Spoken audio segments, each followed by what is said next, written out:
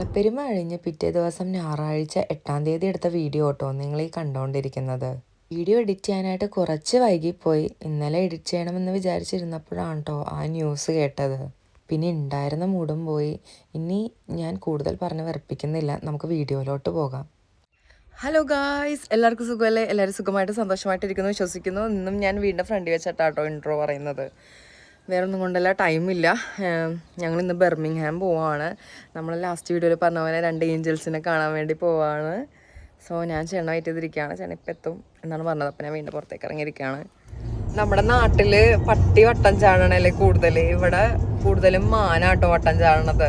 ഇവിടെ ഓരോ സൈൻ ബോർഡും മിക്ക സ്ഥലത്തും വെച്ചിട്ടുണ്ട്, മാൻ വട്ടം ചാടും എന്നുള്ള മറ്റേ ആ സൈൻ ബോർഡ്. അപ്പം ഞാൻ ഇന്നലെ ചേട്ടനോട് പറയണായിരുന്നു, ഞാൻ ഇതുവരെ മാൻ ഇങ്ങനെ കണ്ടിട്ടില്ല, വട്ടം ചാടുമെന്നൊക്കെ ചോദിച്ചു. ചേട്ടൻ പറഞ്ഞില്ല, നമ്മൾ മോട്ടോർ വേയിൽ കൂടെ പോകുമ്പോൾ തന്നെ കാണാൻ പറ്റും സൈഡിലൊക്കെ മാൻ ഇങ്ങനെ എന്താ പറയുക, മാൻ ചത്ത് കിടക്കണ കാണാൻ പറ്റും എന്ന് പറഞ്ഞേ. മാൻ മരിച്ചു കിടക്കണ കാണാൻ പറ്റും. സോ ഞാൻ ചിരിച്ചോണ്ടാ പറയണ. ഓക്കെ, മാൻ അപ്പം ചത്ത് കിടക്കണ കാണാൻ പറ്റും എന്ന് പറഞ്ഞു. ഞങ്ങളിപ്പോൾ ഇന്ന് ഇറങ്ങിയപ്പോഴാണ് അങ്ങനെ എൻ്റെ മൈൻഡിലുണ്ടല്ലോ ആ സംഭവം ഉണ്ടെന്ന്. അത് ഞാൻ ഇപ്പോൾ മൂന്ന് മാനൊക്കെ ഉണ്ട് അങ്ങനെ അവിടെ കിടക്കണത്. ഞാൻ നഴ്സിംഗ് പഠിക്കുമ്പോഴാട്ടോ അഞ്ജുവിനെ ആദ്യമായിട്ട് കാണുന്നത്. ഫസ്റ്റ് കണ്ടപ്പോൾ ഏതാ ഈ ജാട എന്ന് വിചാരിച്ചെങ്കിലും കോഴ്സ് തരുമ്പോൾ ഞങ്ങൾ കട്ട ഫ്രണ്ട്സ് ആട്ടോ. കൃഷ്ണേന്ദു മനുണ്ട്, കൃഷ്ണേന്ദു, സാൻഡ്ര, അഞ്ജു, ഞങ്ങളെല്ലാവരും ഒരുമിച്ച് പഠിച്ച കേട്ടോ നഴ്സിംഗ്.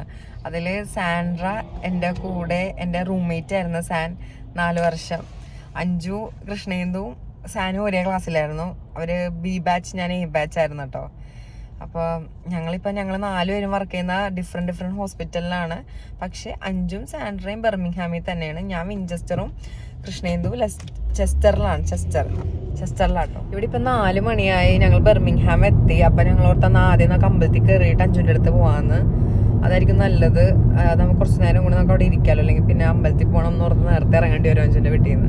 ഇതിനു മുന്നേ നമ്മൾ ക്രിസ്മസിന്റെ ടൈമിൽ വന്നിട്ടുണ്ടായിരുന്നേ. അഞ്ജുൻ്റെ അടുത്ത് വന്നപ്പോഴാണ് ആദ്യമായിട്ട് ബാലാജി ടെമ്പിളിൽ പോയത്. എനിക്കാണെങ്കിൽ ഞാൻ നാട്ടിൽ നിന്ന് വന്നിട്ട് ഏറ്റവും കൂടുതൽ മിസ് ചെയ്യണത് ഞാൻ അമ്പലത്തിൽ പോണ ഒരാളായിരുന്നു. ഞാൻ ഏറ്റവും കൂടുതൽ അമ്പലവും ഇതൊക്കെയാണ് മിസ് ചെയ്യുന്നത്. ഇവിടെ പള്ളികളുണ്ട്, പള്ളി ഉണ്ടെങ്കിലും നമ്മുടെ നാട്ടിലത്തെ പോലെയല്ല. അതുകൊണ്ട് അങ്ങനെ ആ ഒരു വൈബ് കിട്ടണില്ല. ഞാൻ നിൽക്കണേന്ന് പറഞ്ഞാൽ പ്രോപ്പർ നമ്മുടെ വൈറ്റ്സ് മാത്രമുള്ളൊരു സ്ഥലമാണേ. അതുകൊണ്ട് അവിടെ പള്ളി ഉണ്ടെങ്കിലും നമുക്കങ്ങനെ മലയാളം കുർബാന കാര്യങ്ങളൊന്നുമില്ല. അതുകൊണ്ട് ചെന്നാലും നമുക്ക് അവർ പറയണൊന്നും മനസ്സിലാവേമില്ല.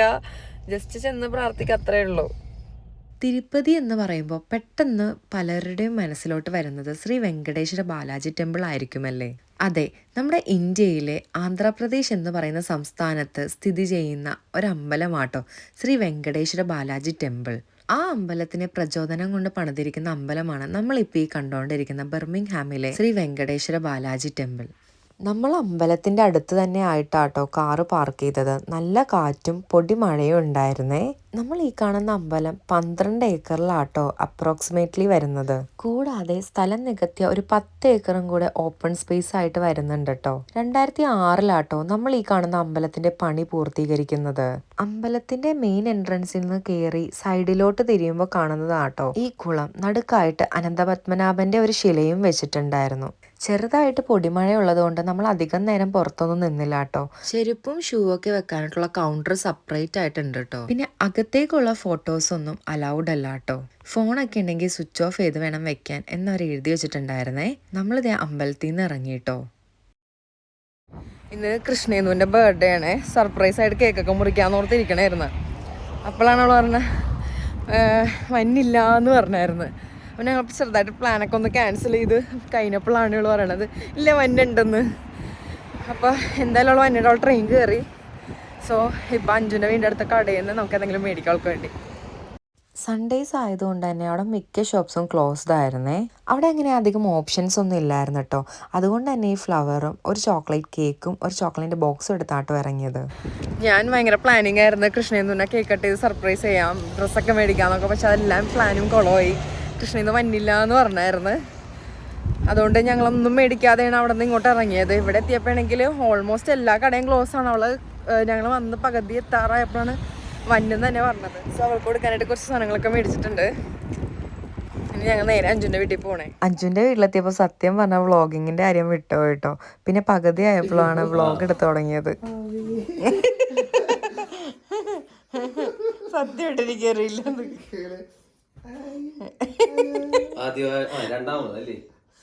പെട്ടെന്ന് അൺഎക്സ്പെക്റ്റഡ് ആയിട്ടാട്ടോ അച്ചാച്ചൻ ചേട്ടൻ്റെ കയ്യിലോട്ട് കുഞ്ഞുവാവനെ കൊടുത്തത്.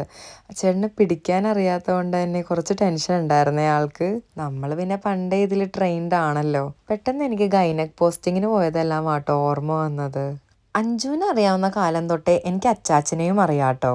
എൻ്റെ അഞ്ജുവിന് കിട്ടിയ ഏറ്റവും വലിയ ഭാഗ്യം കേട്ടോ അച്ചാച്ചൻ. വേറൊന്നും കൊണ്ടല്ല, അത്ര പൊന്നു പോലെയാണ് അച്ചാച്ചൻ ഈ 3 പേരെയും നോക്കുന്നത് കേട്ടോ. സത്യം പറഞ്ഞാൽ നമ്മുടെ പാരൻസിൻ്റെ സപ്പോർട്ട് ഇല്ലാണ്ട് നമ്മളെങ്ങനെ കുട്ടികളെ നോക്കും എന്നുള്ളത് ഇവരെ കണ്ടു വേണം പഠിക്കാനായിട്ട്. ഇവരുടെ 2 പേരുടെ പാരൻസും നാട്ടിലാണ്. അവരും ഓൾമോസ്റ്റ് വെയിറ്റിങ്ങിലാണ് നമ്മുടെ ഈ ചക്കര കുട്ടന്മാരെ കാണാനായിട്ട്. നമുക്ക് ഇനി അഞ്ജുവിൻ്റെ അച്ചാച്ചൻ്റെയും ഡെലിവറി എക്സ്പീരിയൻസ് കേൾക്കാട്ടോ. ഡെലിവറി എക്സ്പീരിയൻസ് അവളുടെ കണ്ടു നിന്ന് അച്ചാച്ചന്റെ എക്സ്പീരിയൻസ് പറയുമോ ചച്ചാ? നല്ല രസമായിരുന്നു. അഞ്ജുവിന്റെ നിലവിളിയും അത് വേറെ കൈന്റെ പെയിനാ. അതിങ്ങനെ വന്നു പോയി ഇങ്ങനെ എനിക്കിപ്പോ എന്നോട് വേദന വന്നതായിട്ട് ഞാൻ ഓർക്കുന്നില്ല. നീ ആരെങ്കിലും ഇതൊരു സർജറിക്ക് വല്ലതും കേട്ടിട്ടുണ്ടോ കൂടെ? പോസ്റ്റിംഗ് വിടരുത്, നമ്മുടെ സ്വന്തം ആൾക്കാരുടെ പോസ്റ്റിങ്ങിന് പോകുമ്പോ നിങ്ങൾക്ക് ഇമോഷൻ. പോസ്റ്റിംഗ് പോകുമ്പോ നിങ്ങൾ പഠിക്കാനാ പോകുന്നത്. സ്വന്തം ആളെ എത്തുമ്പോ വേറെ ഇമോഷൻ. അടിങ്ങനെ എടുത്തിട്ട് കാണിച്ചു തരൂലേ കൊച്ചിനാ? ഇല്ല, അങ്ങനെയൊന്നുമല്ല. ഇതൊക്കെ ചുമ്മാ സിനിമയിലുള്ള ഇമാജിനേഷൻ ആണ്. കൊച്ചിനെ അവര് കയറി എടുക്കും, എന്നിട്ട് കൊച്ചിനെ നമ്മളെ കാണിക്കൂല. കൊച്ചിനെ അപ്പോഴും നമ്മളെ കാണിക്കൂല. കൊച്ചിനെ എടുത്ത് അവരെ കൊണ്ട് കിടത്തി വൃത്തിയാക്കി അപ്പോഴത്തേക്ക് ഇവളുടെ സ്റ്റിച്ച് എല്ലാം 11:30ക്കാണ് ഇത് തുടങ്ങുന്നത്. അത്ര സ്പീഡാണ്. ഇവരുടെ അടുത്ത് ഞാൻ ഇത് ചെയ്യുന്നതിന് മുമ്പ് ചോദിച്ചു 2 പേരെയും ഒരേ ഡേറ്റിൽ എടുക്കണേന്ന്. രാത്രി 11:30. ഒരാളെ 11:59 വല്ലതും എടുത്തിട്ട് അപ്പൊ അവര് പറഞ്ഞു ഇല്ല, ഇപ്പൊ 12 മണിക്ക് മുമ്പേ നടക്കും. ഞാനിപ്പോ ക്ലോക്ക് നോക്കിയപ്പോ 11:30. ഞാൻ ഇത് വലിയ സംഭവമല്ലേ നമ്മള് കേട്ടേക്കുന്നത്. 11:31 അവര്, ഞാൻ ക്ലോക്കിൽ കണ്ടു 11:31 തുടങ്ങിയിട്ട് 11:44 അവനെ എടുത്ത് 45 ഇവനെ എടുത്തു. 44 അവനെ സാൻഡ്രയുടെ ഇരിക്കുന്നവന് 44 എടുത്ത്, പിള്ളേക്കുന്ന 45. പിന്നെ അമ്മയാലും സന്തോഷം പറഞ്ഞ് അഞ്ജുവിനെ വേറെത്തോട്ട് മാറ്റി. ഇവിടെ അവിടോട്ട് ചെന്നപ്പോഴത്തേക്ക് വേറെ സാധനമായി. അനസേഷ്യയുടെ എഫക്ട്. ചൊറിയുക ദേഹമെല്ലാം ഭയങ്കര ചൊറിയും. ഇവളാണെങ്കിൽ രാവിലെ കഴിച്ചില്ലേ? പോയി കഴിയുമ്പോ എന്തെങ്കിലും പറഞ്ഞാലോ എന്ന് വിചാരിച്ച് രാവിലെ കഴിച്ചിട്ടില്ല. ശരിയാ. ബ്രെഡ് ടോസ്റ്റും എല്ലാം കൊണ്ടുവന്നിട്ട് ഞാൻ അന്നേ ഭയങ്കര സ്നേഹത്തോടെ മോനെ അഞ്ജുവേ കഴിക്കടി, അഞ്ജു ചെറി ഞാൻ ഇച്ചിരി കഴിക്കടി, നീ ഒന്നും കഴിച്ചില്ലല്ലോ, രാവിലെ തൊട്ട് നീ പട്ടിണിയല്ലേ. ഞാൻ ഭയങ്കര സ്നേഹത്തോടെ, ഞാൻ ഇത്രയും സ്നേഹത്തോടെ അഞ്ജുവിടെ സംസാരിച്ചിട്ടില്ല. അഞ്ജു അത്രയും വായിന്ന് അത്ര സ്നേഹത്തോടെ ചൊറി ഇവിടെ ചൊറി അവിടെ ചൊറി. ഞാൻ കഴിച്ചില്ലത് ഒരു കടിയെങ്ങാണ്ട് കഴിച്ചു. അവർക്ക് ആ ചൊറിച്ചില് ഭയങ്കര ക്ഷീണമായിരുന്നു. ഉറങ്ങിയതേ ഇല്ലല്ലോ. ഒന്ന് ഉണർന്നു കഴിയുമ്പോഴത്തേക്ക് പിന്നെയും ചൊറിച്ചിലായപ്പോഴത്തേക്ക് ദേഹം ആകെ ഒട്ടുന്ന്. ഭയങ്കര ചൂട് സമയമല്ലേ. ഒരു 5-6 മണിക്കൂർ പ്രസവിച്ചു ഒരു ബോധമില്ല. പിള്ളേരെ കുഞ്ഞുങ്ങളെ കാണുന്നുള്ള ഫീലിങ്സ്. ഞാൻ എന്താ പിള്ളേരെ കാണുന്ന പറയാം. ഇവിടെ വേറെ ഏതോ മൂടില്ല. കുറച്ച് കഴിഞ്ഞിട്ട് എന്റെ അടുത്ത് ഞാൻ എന്റെ കുഞ്ഞുങ്ങളെ കണ്ടില്ല. അപ്പൊ പിള്ളേർ തൊട്ടപ്പുറത്തെ ലൈനിലുണ്ട്. ഞാൻ പറഞ്ഞു അവിടെ ഉണ്ട് പിള്ളേർ. പിന്നെ ഞാൻ ഉരുട്ടിക്കൊണ്ടുവന്ന് ഞാൻ അവരെ പിന്നെ ഒരു ചെറിയ തൊട്ടിൽ വലിയ പ്രശ്നമായിട്ടൊന്നും എനിക്ക് തോന്നി. പെയിൻ ഒന്നും ഇല്ലായിരുന്നു. അല്ല, ഈ അനസ്തേഷ്യയുടെ എഫക്ട് കുറഞ്ഞപ്പോഴാ കുഴപ്പമില്ലായിരുന്നു. എനിക്കങ്ങനെ വലിയ ഞങ്ങള് വിചാരിച്ച പോലൊന്നും പറഞ്ഞ ആൾക്കാരെ പേടിപ്പിച്ച പോലൊന്നും ഇല്ലായിരുന്നു. അതിന്റെ അർത്ഥം എളുപ്പമൊന്നും അല്ല, ദൈവം സഹായിച്ചിട്ട് കുഴപ്പമില്ല. എനിക്ക് എല്ലാവരുടെയും ബോഡി ഒരേപോലെ ആവണമെന്നില്ലല്ലോ. എനിക്ക് വലിയ പ്രശ്നമായിട്ട് തോന്നില്ല. മാത്രമല്ല ഞങ്ങളുടെ അവിടുത്തെ പെയിൻ റിലീഫ് സൂപ്പർ ആയിരുന്നു. ഒന്ന് കഴിയുമ്പോൾ അടുത്ത പെയിൻ റിലീഫ് അതിന്റെ എഫക്ട് മാറുന്നതിന് മുന്നേ തരുന്നുണ്ടായിരുന്നു. സിസേറിയന് ശേഷം അധികം ബുദ്ധിമുട്ടുകളൊന്നും ദൈവം സഹായിച്ച് അഞ്ജുവിന് ഉണ്ടായിരുന്നില്ല കേട്ടോ. ഇതിൻ്റെ ഇടയിൽ കൃഷ്ണേന്ദു വിളിച്ചിട്ടുണ്ടായിരുന്നു കേട്ടോ. അവളിപ്പോൾ എത്തും എന്ന് പറഞ്ഞത് കൊണ്ട് ഞങ്ങൾ ഓൾറെഡി എല്ലാം അറേഞ്ച് ചെയ്ത് വെച്ചിട്ടുണ്ടായിരുന്നേ, അവൾ വരുമ്പോൾ തന്നെ വിഷ് ചെയ്യാനായിട്ട്.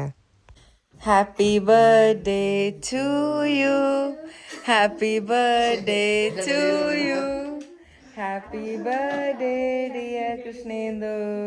ഇതെന്നാടി ഇഷ്ടംപോലെ സമയമുണ്ടല്ലോ.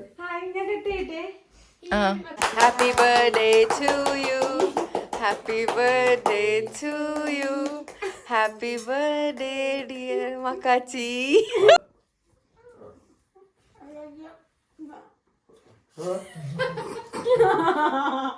പിടിച്ചു വാങ്ങിച്ചു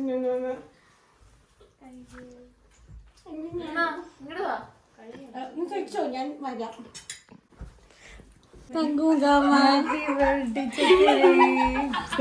എനിക്ക് ഇപ്പോഴാ സമാധാനമായത്. എന്തൊക്കെയായിരുന്നു പോയപ്പോ. അങ്ങനെ കേക്ക് കട്ടിങ്ങും കഴിഞ്ഞു. അഞ്ജുവിൻ്റെ സ്പെഷ്യൽ നെയ്ച്ചോറും ചിക്കൻ കറിയൊക്കെ കഴിച്ചു കഴിഞ്ഞപ്പോഴേക്കും സമയം 9 മണിയായിട്ടോ.